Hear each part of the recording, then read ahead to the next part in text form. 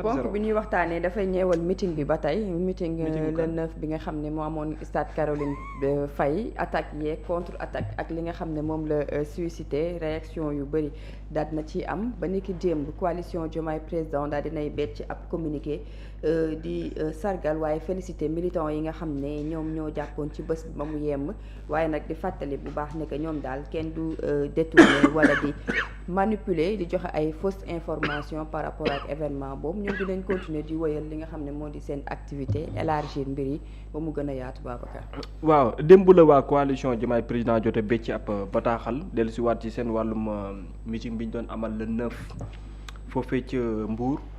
La coalition Diomaye président félicité bu baax militants yi ak sympathisants yi ne leen ñu ngi leen a jaajëfal di leen góorgóorlu ci lu rafet li nga xam ne moom la ñu am ak mobilisation bi nga xam ne ni def nañ ko fa mu di mobilisation bu mag a mag foofee ca Mbour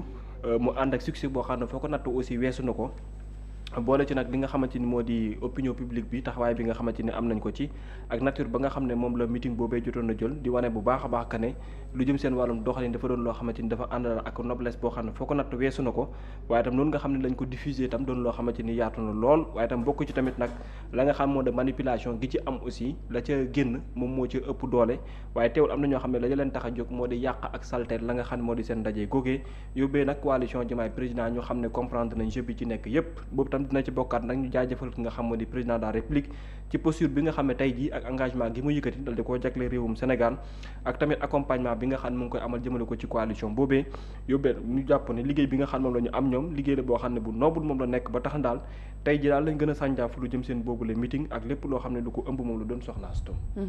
Bira meeting bi après meeting réaction yi nga xam ne jot naa jug ba niki démb coalition Diomaye def ab communiqué di indi ay leeral yu bëri jàpp ne que daal mbir yi ñoom bu ñu sukkandiku ci ay manifestation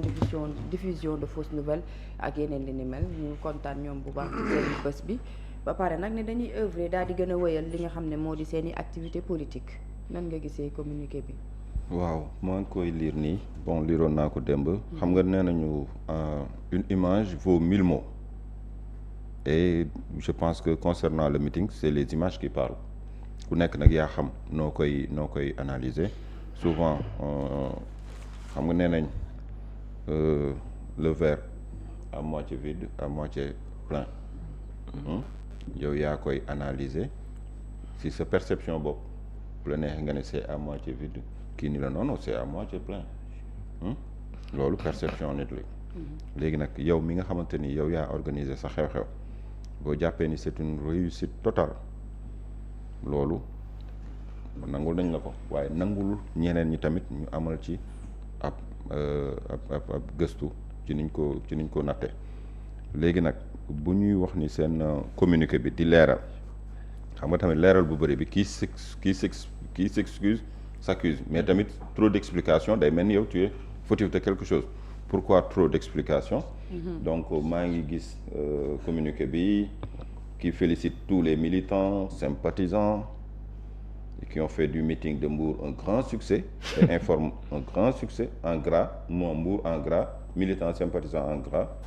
un grand succès informe l'opinion de sa volonté de poursuivre une animation politique saine de nature à redonner à la politique ses lettres de noblesse ah non foofu moom je suis pas d'accord une politique saine une animation politique saine de nature à redorer à la politique ses lettres de noblesse foofu man jàpp naa ni coalition bi mënul redorer le blason de la politique wala de l'homme politique parce que coalition bi li mu def moo di recycler ay acteurs yu politique yoo xamante ni dañ leen désavoué woon mu recycler leen ubbi leen bunt yi parenthèses yi porox ndool yëpp ni leen yegg si waat leen ñëwaat leen di encourager la transhumance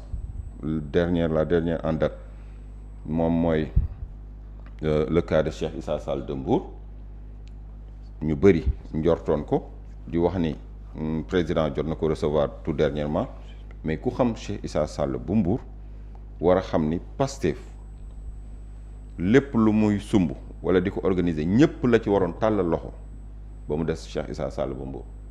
parce que am na fu mu jaar ak ñoom am na fu mu jaar ak seen leader bëgg-bëggam daf ko afficher nettement ci koo xamante ni promotionnaire nga tu es camarade de promotion du leader de Pastef ngeen defandoo l'école d'administration ngeen am foo leen jaar daan fréquentante nekk des amis am ay témoignages sax yoo leen ci def ngeen dem ba nga koy enregistrer téléphone di ko jébbal ñi nga xamante ne ay adversaire am lañu dans l'esprit de nuire la personne ba Mansour Faye génn naan su naan prip ma génne di ko menacer ñu mel ni ay xale ndaw kii ni ko nee naa prip mu wëlbatiku balancer ñu benn audio jaarale ko ci Yakham Mbaye audio boo xamante ni amul bopp amul genn kenn mënu la wax lan la audio bi tekki alors que l'esprit c'était quoi de nuire de désacraliser ou de descendre en flamme une personne un leader politique yow mi ko defoon loo ci jublu woon ascension politique wala ascension sociale nga ci wutoon diggante boobu ñu naan déet na waay ascension bi am nga ko nekkoo ministre mais nekk nga directeur caisse dépôt et consignation ba nga fa nekkee fait d'armes yi ñu gën a jàpp sa jaar-jaar moo di ñàkkum joxe récépissé bi nga xamante ni Ayib dafa ñëw déposer chèque caution ñu jox ko récépissé nga ne récépissé bi nañ ko dem jëli jiwaat loolu la ñu gën a jàpp ci jaar-jaaru Cheikh Issa Sall comme directeur bu caisse de dépôt et consignation directeur général caisse de dépôt et consignation amul benn activité boo xamante ni jàpp nga ni mën nga ko méngale Cheikh Issa Sall ak CDC à part fait boobu amoon foofu te loolu lépp c'était toujours contre le Pastef arrivé au pouvoir ngay jël aveuglément li ñuy wax gëmm dóor boobu mooroo sax gëmm dóor gëmm rek ñuqi xëcc ku ñëw baax na léegi par-dessus tout yow nga ñuy wax ay une politique saine ne rime pas avec la transhumance parce que les Sénégalais sincèrement dans leur grande majorité désavouent cette manière de faire de la politique qui est le fait de transhumer parce que transhumer jàpp nañu du wàllu góor pourquoi du wàllu góor moo di ni boo nekkee ci ndab di lekk ak say moroom ñeneen toog seenu ndab di lekk ndab li nga nekk ay waay bu jeexee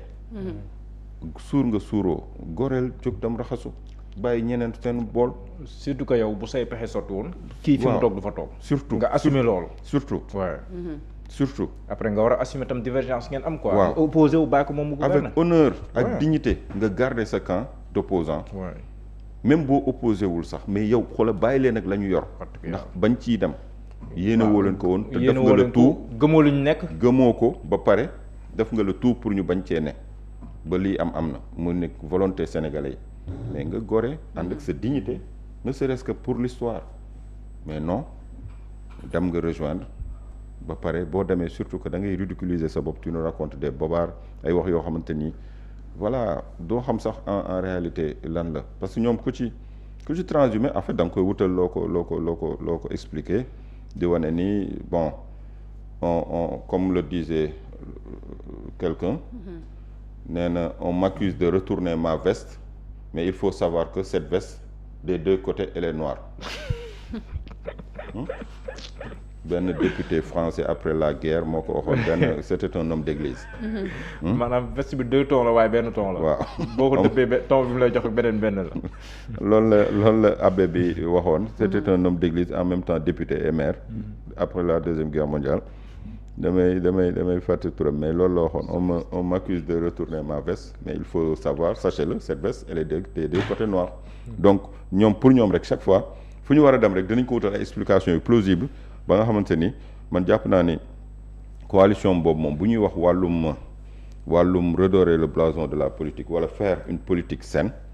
de nature saine à redonner à la politique ses lettres de noblesse d'où les pancartes ya ñu gis ci stade Caroline Faye bu Mbour du loolu mooy redonner à la politique ses lettres de noblesse pancarte yeeg casquette yeeg t-shirt yeeg guerre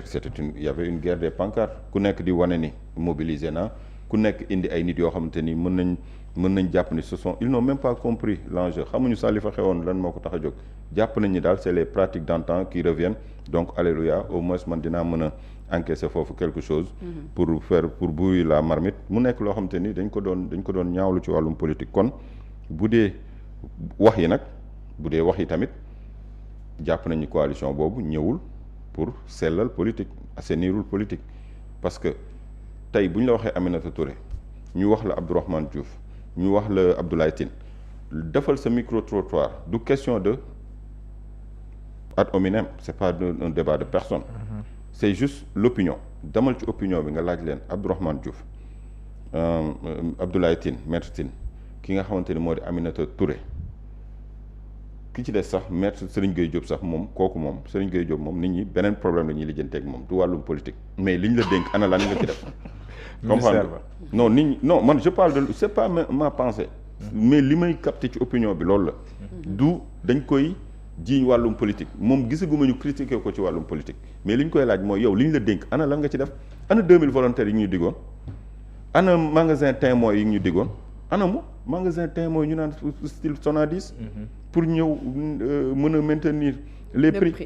yi ci boutique bi demal boutique bi la gën a jege est-ce que prix yi ñu homologué respecté nañ ko amul prix yee ngi yéeg di wàcc ku mu neex jaay lu la neex ku mu neex def lu la neex ana liñ ko dénk ana où sont les résultats foofu la ko nit ñi di laaj moom promesse yi ana moom mais côté politique gars yi dañ koy sax xaw a fàttewaale mais ñett ñi ma la njëkk a wax ñëpp li ñu bëri li ñu jàpp ci ñoom moo di ñoom ñoo créé fumisterie ci biir Pastef ñu bëri loolu lañ jàpp ñoom ñoo fexe ba Sonko ak ki nga xamante ni moo di Diomaye plus de 10 ans ñu nekk seenu parti ak li ñu dund avant le parti ñoom ñoo leen féewale loolu la ñu bëri jàpp wala bu ñu leen féewalewul tamit ñu ngi jaxal diggante bi pour que division mën a am te sénégalais moom bu gisee nit kuy féewale ay ñaari nit yaakaar ci tirer intérêt dafa am nu mu koy xoolee léegi nag ñoom côté politique ñu bëri loolu la ñu leen même ñu bees ñi di ñëw sax am na si ñuy wax loolu que le président prenne ses responsabilités. waaw ñi mujjee ñëw am na si ñuy wax loolu que le président prenne ses responsabilités dafa war a xam ne moom moo amee. voilà le décret et tout ça. yaa am armée yaa am justice ça. yow daal bëgg rek terme yooyu ngeen di wax nit kon est-ce que nekkul tam problème discours. au lieu que ñu am discours politique des arguments politiques mais feneen la ñuy yóbbu mbir mi est-ce que tam nekkul loolay fausser le jeu. si wàllum sax ñoom ñu am problème pour convaincre beaucoup de Sénégalais. xam nga dañ la naan ñoom dañuy ñëw pour meeting Mbour bi nee naa la man bi ma ko dégloo amul dara lu ma ci jàpp ba léegi mënu ma wax ne lii ko tax a jóg dañu waxoon ne dañuy ñëw pour wane le bilan. ñu ni dañuy sargal. oui sargal président. waaw sargal président lan la fa defagum bañ koy sargal peut-être ñoom ñoo ko xam kon ñoom ñoo ñu ko waroon xamal mais ba léegi gisuma lu war a tax lañ fa def yëpp wàllum féewale la wàllum gaaruwaale wàllum. fexe ba Diomaye Faye génn Pastef fexe ba Diomaye Faye faire face au parti Pastef parce que ñoom ñëpp réunis mënaluñu dara le parti ils peuvent pas peser devant Ousmane Sonko ñu ne ok on va prendre le poulain de Sonko ñu ngemb ko mu jàkkaarloog Sonko jaamaarloog moom ñun ñu nekk ci gannaaw lu ci ruus ñu capté loolu la ñu bëri jàpp ni moom mooy seen mbëbët moom mooy seen bëgg-bëgg parce que ñoom tant que Sonko ak Diomaye séparé wuñu ñoom jàpp nañu duñu neexle te li ñu bëgg mooy fépp fu Pastefien nekk ñoom seeni nit occupé ko comme place maanaam delluwaat aux affaires nguur gi Pastef fa ko xeex c'est pas leur problème mais ñoom dinañ nguuru par A ou par B par tous les moyens nécessaires comme ni ñu koy waxee by any means necessary loolu nag mu nekk li nga xamante ni nit ñi dafa am nu ñu koy gisee jàpp nañ ni yëfu du ma ni yëfu gor la mais jàpp nañ ni daal loolu du politique bu saine ñoom nag bu ñu defee seen communiqué ni politique bu saine la ñuy def bon ku nekk yaa xam noo koy gisee mais li nga xamante ni aussi moom moo nekk ci penc mi nit ñi ñu ngi koy gis donc foofu daal d'accord ma ci seen communiqué bi ñu ngi wax tamit wàllum manipulation de l'opinion de fausses nouvelles de manipulation de l'opinion aussi fan lañ ko gis pour l'instant. lu dul seen côté xëy na vidéo yi ak image yi alors que ni. vidéo yi dañ koo trafiqué dañ koo monté wuñ ko mais amoon ay image yu drone. amoon na image yu drone. mais image yu nga xam ne dañoo jël par exemple ay parties vides wala fekk ne nit ñi dem nañ ñu sa doog koy génne peut-être loolu la ñuy waxee. manipulation ak diffusion de fausses nouvelles. xam nga tey stade bi bu nit ñi toogee am poche bu vide nga wane ni poche bi daa vide dafa téye poche bi bañ a vide. bii je pense que drone moo ko jël xam nga bii drone moo ko jël waaw léegi. n'est-ce pas mais bii Lass Badiane dafa ne démb début bi la. waa début bi la fin bi ñoom nañu génne vidéo bu koy contredire affaire bi je pense que manipulation am na yéen rétablir la vérité ba nit ñi xam ni bii tam début bi la. bii tamit début kon xanaa lépp début bi la. léegi nañu parce que am na benn boo xam ne am na benn boo xam mi ngi circulé mooy bi Maram Aminata Touré di wax. am na tamit boo xam mi ngi circulé mooy bi Maram Aminata Touré di wax après le président de la République. boobu xam nga dafa vide. te boobu guddi la léegi war nañu image yu bëccëg mu vide. non c'est parce que ñi fa nekkoon ñoo ne à un certain moment stade bi feesoon na. waa léegi feesoon na. waaw moom laa la wax du man maa koy prouver image yi lii tamit guddi la waa léegi kon ñaata guddi ak ñaata bëccëg moom on nañu wax lu leer quand même. ban moment mais début ak fin du benn mën nga commencer ci ndorteel stade bi vide nga dem ci fin bi stade bi vide mais ci diggante bi mën na léegi nañu jox diggante bi waaw ci diggante bi laa waaw léegi nañu génneel image yu drone diggante bi loolu kay diggante bi peut-être image yooyu waa lii xam nga lii daanaka ci fin bi la mais ay entre 17h 18h yooyu noonu à un certain moment donc moom laa la wax c'est les images qui parlent benn angle nga gis aussi amoon na xam nga c'est les images qui parlent man nekkuma fi naan dafa vide wala dafa bëri wax man damay analyser les images yi ñoom ñooy wax nañu génne image yu moment bi mu feese bokk ñu teg ko parce que je pense que leader politique bu wootee voilà waaw bii moom jamono ji feesoon na waaw jamono ji feesoon jamono ji mais boobu waa léegi mbooloo bu ñu ñëwee waa léegi mbooloo bu ñu ñëwee lii c'était à Mbour mbooloo ngi ni teew xam nga léegi mbooloo la mais léegi mbooloo bu ñëwee teew c'est bien beau mais mbooloo bu teewee kan la war a déglu n'est-ce pas discours leader bi bu dee ba muy wax ñëpp dem nañ seen yoon kon ñooñu mbooloo moom lan moo leen indi woon Nicolas Badiane expliqué nee na gars yi fi ñu jógee dafa sori xam nga benn instant donc il fallait ñu retourner seen biir dëkk yi ndax ñu bari dafa am fu ñu bàyyi ko fu sori moo waral aussi ñu bari tamit teel a ñibbi waaw moom laay wax ma ni yow kii li la tax a jóg bu fekkee da nga ñëw li la tax a jóg yegg seegul nga dem sa yoon kon loolu taxu la woon a jóg tamit il faut pas qu'on joue à l'avocat du diable man personnellement li may analyser mooy les images man su ma dara taxee jóg loolu noonu tant que yegsiwul du ma dem bu dee nag moment yi leader yi di jël parole ñëpp ñibbi nañu kon la leen indi woon du woon pour ñëw suivre le discours des leaders comprendre nga loolu mooy li fi nekk léegi nag coalition bi ñu ngi seen yoon ils ont le droit ils sont dans l'arène politique nag moo ni men tu donnes des coups tu reçois des coups lii nii bi muy am nee naa la man li ma jaaxaloon mooy ñu bëri dañu yàkkamti woon meeting bi am ce jour là te ñoom bokkuñu ci mais li taxul ñu bëgg mooy dafa am lu ñu bëggoon a wane peut-être ñoom arrivé nañu à leur fin. démonstration de force loolu la rek. waaw ñooñu arrivé nañ à leur fin. parce que ñoom aussi bu fekkoon jël nañ seen matukaay peut-être lii ñuy jàppee manipulation ak yooyu du am ndax dinañ jël seen image à temps jël seen i vidéo bu nit ñi tegee nga mën a génne. mais bu fekkee aussi yooyu yëpp defoo ko boo bëggee génnaat di wax tamit dafay indi yeneen jafe-jafe. non mais lii moom communication voilà parce que comme que feesoon na te am na ñu fa teewoon comme ñun ñu fa représenté woon Baara ak Waly ñoom nee nañ à un certain moment mbir yi stade bi dafa fees dell ñoom ñooñu ko wax ndax ñoom ñooñu fa teewoon donc ñoom bu fekkee ni jëluñu seeni image jëluñu seeni photo ak ay vidéo ba léegi aussi boo bëggee indi yeneen di ko wax day xaw a compliqué. fees gi naturel woon rek. waaw fees gi naturel woon day dem. man daal nee naa ñi tax a jóg ñi ñëwoon suivre seeni leader seeni discours leader. bu fekkoon discours leader yi la ñuy suivre. leader yi ba ñuy jël parole ñëpp génn dem seen yoon ñibbi c'est parce que ñooñu seen acte de présence leneen moo ko motivé woon parce que bi leader yi wax sincèrement ñëpp dem na ñibbi donc d'ailleurs président bi ñu naan président mu ngi ñëw ba tegal leen vidéo président bi muy wax gisul kenn daanaka boobu ñëpp dem nañu donc ça signifie tout simplement li nga xamante ni moo di engagement politique ñenn ñi ak motivation politique ñeneen ñi moo dul benn parce que bu fekkee yow réellement da nga def ay kilomètres pour suivre ce leader mu wax discours nga am loo ci jàpp buy wax moom da nga ko war a teewlu instant bi si le président doon wax instant bi ki borom ndaje mi mu ngi jël kàddu même bu fekkee vidéo la au moins moom mooy jël kàddu xanaa ñu war ko jël kàddu moom fekk na instant bi daanaka vide na waaw donc xam nga moment boobu tamit c'est les comme ni ma la ko wax rek du loo xam da nga ko inventé mais am na loo xam ne da lay indiquer ne feesoon à un moment donné parce que boo xoolee genre mbuus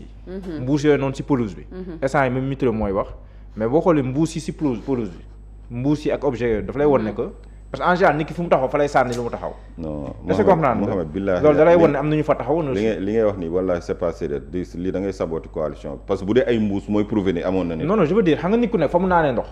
fa lay bàyyi ñu si bëri bokk. donc fii gën a. kon daal ñu compter nombre de mbuus yi xam ñaan nombre de personnes yi. mën nga am une idée que ay nit nekkoon nañ fa. moo tax ñuy sànni waaw mais instant bi moom fekk na gars yi dem. waaw te ba instant bi président mu ngi wax. waaw d'accord loolu mooy daal li leer mooy li ngay toog fii di sikki sàkk naan amoon naam amul ñii naan la non maa ngi fi woon fees na nga naan nit ñi dem nañoo war xam nga bu ñu demee bay sikki sàkk naan fees naag feesul ba ciy débat ça veut dire que yëf yi am na fu mu tagga tembe léegi nag man je pense que fees na feesul loolu lépp tôt ou tard dina leer te li koy leeral mooy dinañ egg ci ay échéances yoo xamante ni foofu moom mooy fu ñu naan bañ gàcc ku nekk boo wéetee di nga xam li nga war a def ak kan ko war a def justement madame Aminata Touré te loolu baromètre la joxe na rendez-vous de waaw leen ñu waajal local n'est-ce pas Babou dem wax na ko waajal kay ñoom waaw mais local yi moo leen tax a jóg te yow gis nga ni tey yow lu toll ni coalition la ay leader on parle de centaines ñu naan fees na ak feesul mais écoutez mais ndax Badiane nee na c'était juste pour Mbour département kañ nga nekk départemental ñu waxoon national tey ñu ni départemental déedéet meeting bi c'était national non ay nit